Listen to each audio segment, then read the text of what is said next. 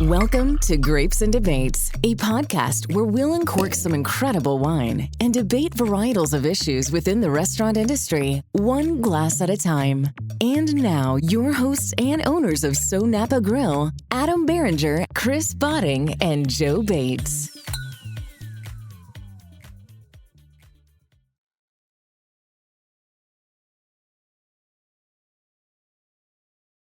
We got another episode of Grapes and Debates. How you I'm doing? Adam Beringer, founder of SoNapa Grille, here with business partner Joe Bates, and unfortunately, Seabot couldn't be here. Yeah, that's all right. That's all right. He's a busy man. He is. Yeah, he we'll is. catch him next time. But we do have a couple of Oh my God. fantastic guests. Oh yeah. So repeat over guests. to my right, the audience's left is Charley Barley. What's going on? And that ain't no L-I-E. Ain't no lie. Ain't no lie. And we have Don Simmons, founder, well, I wouldn't say founder, but owner of Norwood's. Right. Norwood's I'm the Treehouse. fourth owner. Fourth owner. And it's so I appropriate don't to... know that story, so another time you'll No, have we to can- tell me we that can- story. I did. Oh, this Yeah, is we can history. Okay. It's No. history. 80 years old, so Okay. I'm not that old. Okay. Yeah. So you got it when you were negative. Right. Yeah. Okay. Fourth owner. So Yeah. legendary restaurant in this town, though. Yeah. Oh, it is. It's been around a while. And certainly, Legendary. And I we'll- think you've elevated it since you've had ownership. It's a From slow, my it's a understanding. very slow process. Yeah. But it's getting there. Yeah. You know. And as always with Grapes and Debates, we're going to start with grapes and then we're going to go into a debate. Good, I'm thirsty. Oh, well, Well, what are we starting with? actually... That doesn't look like a grape. Did you already finish your basil, Hayden? That looks like was- barley. I did. It was warm up. Okay. Joe, what do you have? I've got my go-to, my everyday drinker, my Pinot Grigio. That's Okay. my sipper, I my was- side sipper. I was a little nervous today having CB here and Don, so we had to sip a little bourbon to get warmed up. Yeah, I don't need to be nervous to sip bourbon though. Yeah, I'll pick any excuse to sip bourbon. you know, I actually Nervous, excited. bourbon though, old fashioned or Manhattan? Old fashioned for me. Yeah. Because Old fashioned. I may be shifting. Old fashions are getting a little sweet for me, so I tried a Manhattan the other night. Doesn't have the simple syrup or either simple syrup or a packet of sugar, right? Right? They're- No, they're- I get that. I I get that, but people are cheating on the old fashioned No, I and not agree. using the rye. Well, opinion. see, and that's what I think maybe I should try an old fashioned with rye. Absolutely. And the spiciness of the rye might offset that sweetness. I say this all the time. My favorite flavor point when it comes to that is just like my barbecue sauce, sweet and spicy. You know, Oh. that's how. Let's face it, that's how I like it, right? So So I tried you got to the use the Manhattan. rye. That's the beauty of rye. Little bitters, little sweet vermouth instead of the sugar.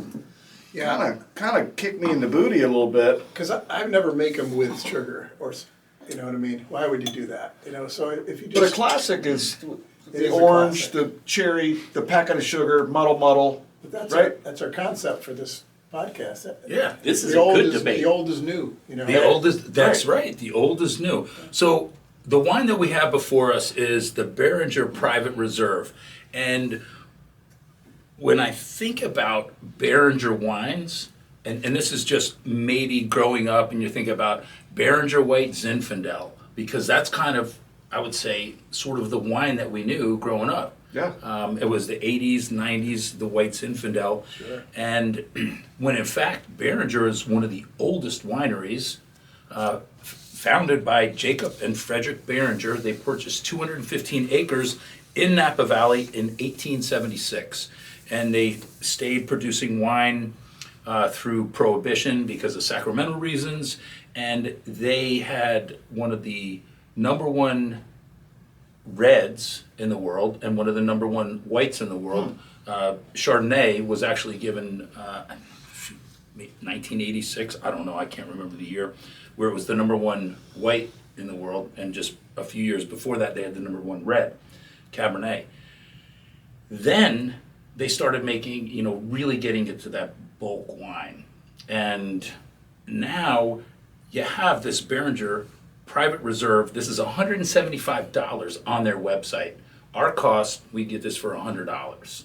And when you think of Beringer, do you think of high-end wines?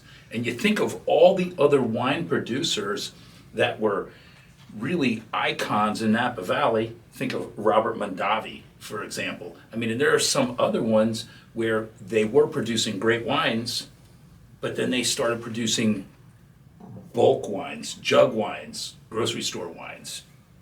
Yeah, they have to generate revenue too. Right. You know, so they can still produce all those great wines, but they need the production wines to pay for operations. Right. You know, when Napa Valley acreage is going for a couple $100,000 an acre, it takes a lot of wine to pay for that. Right. It does. And only the very elite wine owners who come in with so much money they don't need as much of it. Right. They can start off making $100, $200 bottles of Right. cab and not produce anything else. But the real people have to produce other things to generate revenue.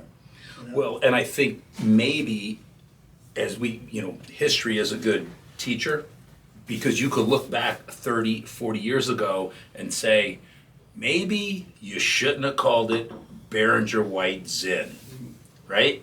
Maybe you shouldn't have called it Sutter Home White Zin. I mean, I'm just using some of those as examples. For example, when I look at the bottle of Camus, and I think Camus has done a masterful job. They've got Bonanza. It's made by Camus. It has the nuances of Camus, but it's entry level, and it's one of the fastest growing wines right now in the country. And so I think that they've done a great job at it. I think you're right, but I think also what you're talking about is the sophistication that's happened with marketing. It's almost unfair looking back 30, 40, 50 years. Right. Unless this is an iconic brand. I mean, look at how we used to look at stuff. And now, just like you talk about AI with marketing and the stuff that Emily does and all the other stuff, it's if you could do the same product and you gave us a chance to rebrand it, Yeah. where could that brand go? Look at what they did with Naomi and things like that. Yeah. So it's very tough. I mean, the branding, the bottling, the presentation is so important. But then you have the product. You do the same product with people that don't know and put it in a different bottle, and we do the taste test to really challenge ourselves, which is a lot of fun. Sure. But there's a reason why they put a lot of money in marketing. Yeah. Yep. Well, there's these iconic brands. I mean, BV, iconic. That was another legendary one. brand. Mondavi, founder, right, in Napa and Sonoma. Again, Camus. Where I think the mistake is that, yeah, you need to sell a lot of wine to keep those facilities going. But BV, George de la Tour, I mean, that's their premier bottling, right? So if you want to make some bottlings that kind of I can afford as an everyday drinker, maybe just don't call it BV. You know, maybe spin off the name a little bit. Like you said, Camus. Yeah, so Camus Special Select, revered. Camus, revered. But they spun off a couple of different bottlings, Bonanza and the Suisan and a couple of different ones. So, and again, it's in the marketing. But yeah, Ernest and Julio Gallo. Yeah. They were making literally jug wines. Have you had some of the good Gallo wines? Yes. Yeah. Right. But you wouldn't think Gallo you don't think Gallo as $100 or $200 or $300 bottle of wine, but you probably have a few of them in the wine cellar, don't you? Yeah. Or you have? Yeah. Those guys, in the old days, I think you had to be established to get your new products received by the public too.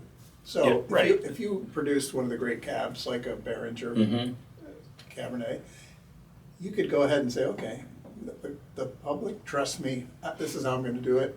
And all those established wineries did it that way, because that was the only way to grow. You couldn't just start producing something. It would take you 2 decades to get established. Right. Where this guy could come out with something next week and it'd be... Oh, we know this guy. We trust him. Right. Yeah, exactly. You know. So I'll ask you this though: what about the cult wines that you cannot get your hands on, like Screaming Eagle, for example? If you go to their website, it's just a black website, and it says waiting list. There's no pictures of the bottles. They don't make anything else. There's no second or third or fourth tier for Screaming Eagle. Now that's an example. Does some venture capitalist own them now? Right, yeah, Well, yeah. I don't know. Who knows? So, But yeah, There's something to be said also for Sure. just doing one thing and doing one thing great. Yeah, Opus One, I think, is another example. Now, they But again- finally do have one spin-off, but Opus One That's is a Overture. collaboration of Mondavi, right. and Lafitte Rothschild, Yeah. right? But still, so there's some brands that have been able to just hold on to, hey, this is the one thing we do it great, we do it better than anybody else, and we don't need a second or a third or a fourth tier to generate the income. Right. But you know how, I mean, and I think I was looking at some of the statistics of Beringer, but their first vintage, they had something like 200,000 cases. Really? Yeah, First let me- vintage. That's a big first vintage. Right. Let me see. What do you think of this? I could be wrong. I don't know. It was something crazy when there, maybe it was 40,000 cases. I don't know. 200,000 bottles. I don't know. But it was something, I'm thinking way back then, Yeah. that was pretty amazing.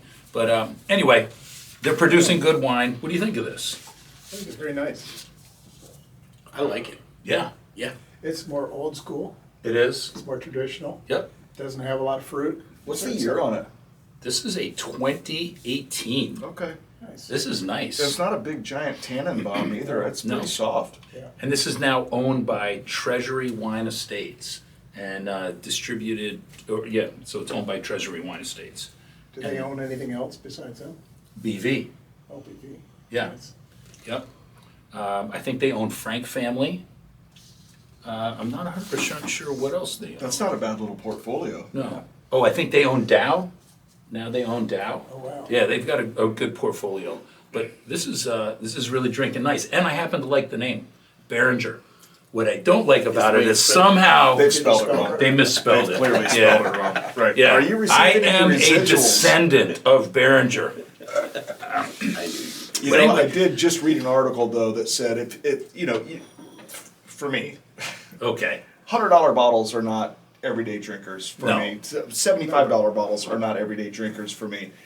But the article said if you want to go find an everyday drinker, go find a premier winery, a premier bottling, and see if they do have a second or a third tier. Sure. Because they know their name is still attached to it. Bonanza's a perfect example. I think you get it in the $15, $25 Sure. range. But you know that the people that are putting that juice in that bottle have the care and the wherewithal because they're making Camus Special Right. Select. And quite often it's the grapes that maybe don't make those premier bottlings, same vineyard Right. Yep. that are going into those bottlings. So seek out those premier bottlings that you like and see if they make a second or a third tier. And you might find a little jewel, a little in the rough. Like Napa Nook by Dominus. Yeah. That's kind of your style wine. Yeah. Some of those guys, they own so much land. Yeah. You know, those established wineries from the 60s and 70s, they bought land when it was really affordable. And so they have some of the premier grape growing land in all of Napa. Right. And so they can produce some pretty good juice. Yeah. You know, so if you get a second or third level wine, it's going to be pretty rocking because it's just from a great area. And they maybe keep, lots 1, 2, and 3 for their own bottlings and sell off lots 4, 5, and 6. And somebody's making a wine from really premier lots, but they want to keep their production down. There's a lot of things that go into it. A lot. You And know? it's just hard to do that research, that's why we Yeah. like to drink so much wine. Yeah. Yeah. Well, I like to research while I drink wine. Yeah. Right? So what's up? All right. So anyway, I really enjoyed this. I think it's great.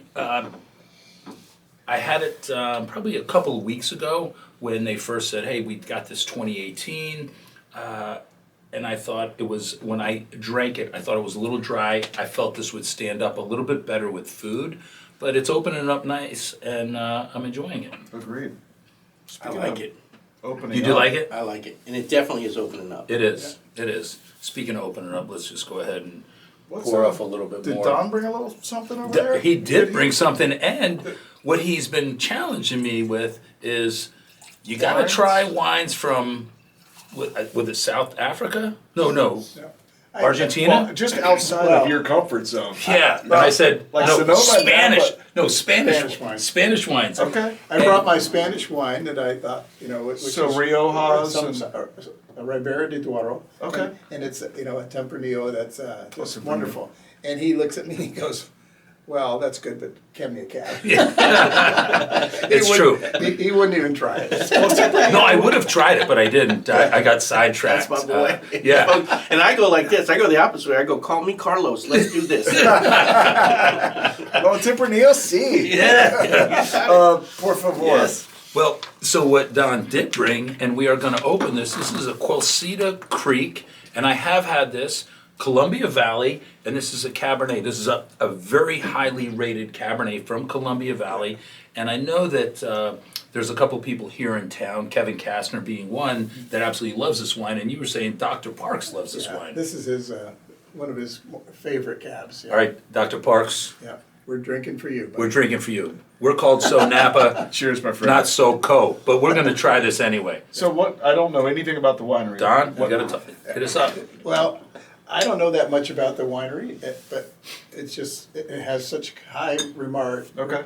It earns such high rewards every year, and they just do a rockin' cab, and it's from an area where a lot of bulk wine is produced. Yeah. But these guys produce some of the best wine in that whole, and well, it's up there with any. Washington State, right? Yeah. Columbia Yeah. Valley. Yeah. Okay. It's up there in Washington, Because typically it's it, Pinot Noirs that are coming out of that area. well, they do a lot of cabs, a lot of Merlot, Okay. and a little Pinot, but they make good stuff, and these guys are getting great reviews. Yeah. You can't go wrong with it.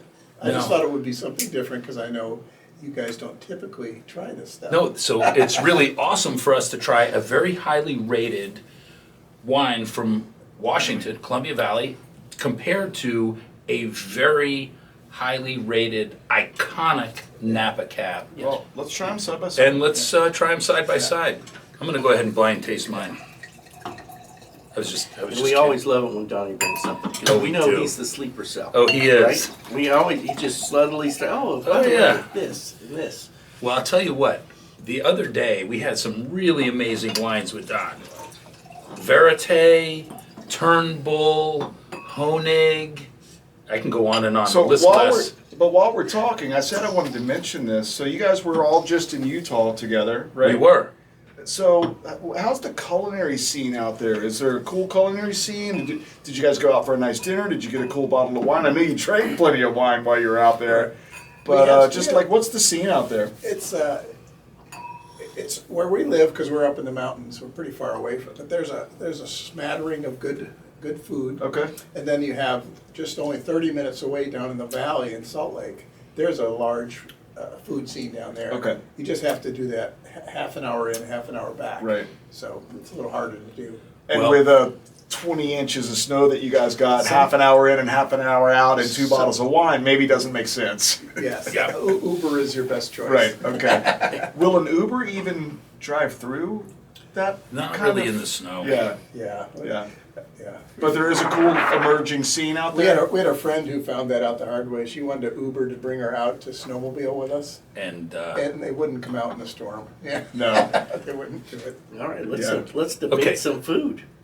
well, since we're talking about food, something that we have tried for many years, and I just don't feel that we've gotten it right at the restaurant, is a Beef Wellington. I love a Beef Wellington. How old makes are us- you? Listen, What are you, 85? no, I'm just saying the few times I've had Let's talk about it, it seems like to me, it's one of those fancy foods, right? Beef Wellington, you get the puff pastry, the mushroom duxelle, some prosciutto. You can leave out the pate, and then some kind of demi glaze, and there's nothing better than cutting into Fancy that. gravy. And I happen to love it. I think it's awesome. It's been very hard for us to replicate that in the restaurant. And you say at Norwood, you guys will sell 80 to 100 on a holiday. Yeah, but we only do it on holidays because it is so difficult to produce, And I think the key to it is, 10 or 15 years ago, I can't even remember how long ago it was. We took, Gordon Ramsay's recipe where he had a different twist on it. Instead of the pate, which some people don't find offensive and don't like, but he used prosciutto wrapped around it with a little bit of the mushroom duxelle, and then puff pastry, and then baked it. And I was like, this is really good. Okay. And it's simple to execute, so we did that, and then with a good demi glace, it's perfect. It's perfect.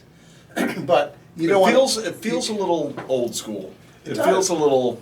Well, You know what? Who's the So French does chef? prime rib, but I love that. Yeah, I know. You know, strip steak has been around for 200 years Sure. or 500 years. Well, or and so whatever. I guess my point is, even these James Beard Award winners and 5-star, all they're doing is kind of vary. How many different ways can you cook something? Well, right? let me tell you, it's a variation I'm so glad that you mentioned or a that twist because, on a classic. well, we've got a twist on it, and when we were at the food show or the national restaurant, Yep.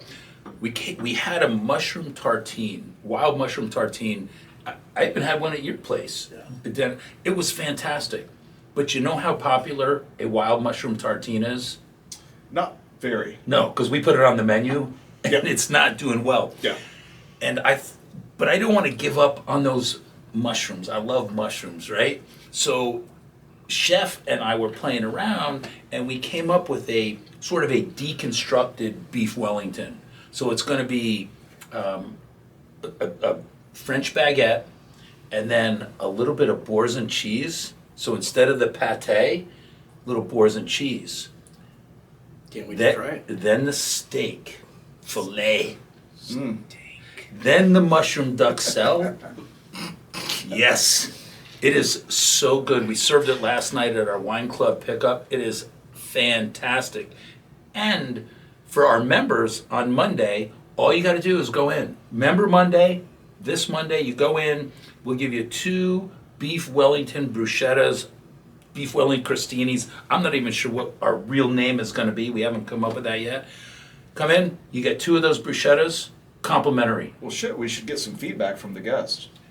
Hopefully they give us feedback. Okay. This is a menu Complimentary. complimentary. You know what? Complimentary. What kind of wine, and it doesn't have to be a specific. What kind of wine would go good with a beef Wellington? Well, anything we're drinking today. Would it be a Obviously, cab? Okay. I could drink a Pinot with it too, because I'm Okay. I'm a Pinot lover. Yeah. which, Okay. Yeah. And I could drink either or, and a great Merlot is good with me because Okay. I just like any well-crafted red wine Yeah. to go with a steak. And I go Merlot as well. Yeah. I don't need a big tannic cab to. Filet is lean, right? There's not a lot of fat there. Right. The garlic But you got to toast. pick, Don. You got to pick Agreed. one. It's either a cab, a Merlot, or a Pinot. Going with beef Wellington, bruschetta. Well, only because of my personal taste, I would go with a Pinot. Here we go, everybody. Pride. No, no, we've done that. That was part of that was last Monday that was, Sorry, I've been on vacation. you have. So, How do we turn off microphone 4? I know. Did you say microphone 4? Yeah. Basically, the code word is going to be Don's choice. Okay, Don's Okay, choice. Got it. Don's choice. Yep. So, member Monday. Should be Dexter's choice, but all right. All you got to do is walk in on Monday. Okay. You're a member. This coming Monday. This coming Monday, you're And I'll- on our mailing list. All you got to do is say, or it's going to be out. We're going to send it out there. So you're on the mailing list. You're a member. You're going to get to try the beef Wellington complimentary. Then, Oh yeah. if you listen to this podcast and say Don's choice, Don's choice.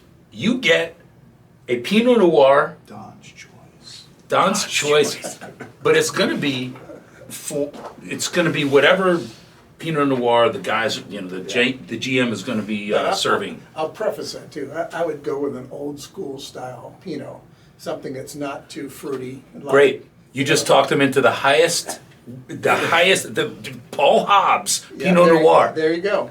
Don's You know. choice. Don's choice. Now, Charlie, what would you have?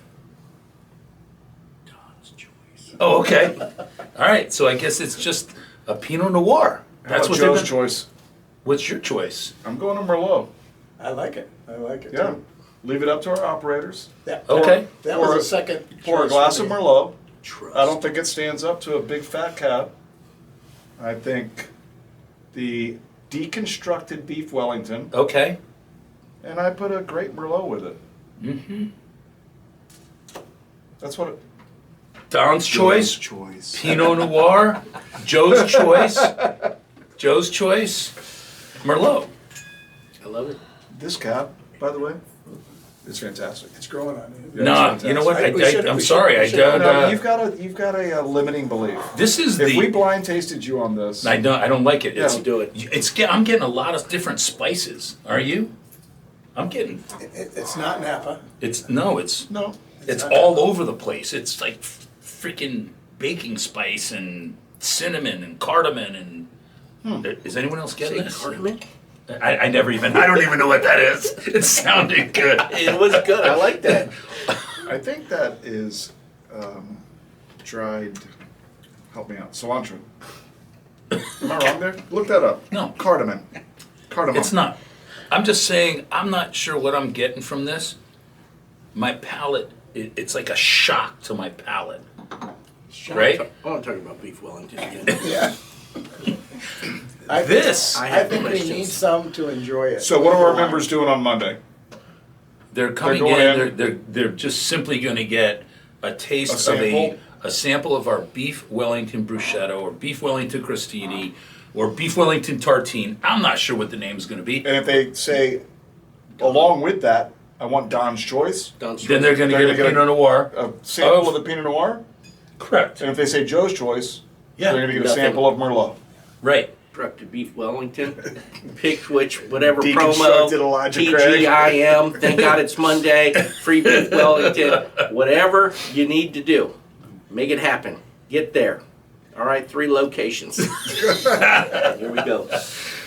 Well, I got to tell you, Don, thank you for bringing the Quilceda Creek. I'm glad everybody's enjoyed it. For me, it's a shock to my palate.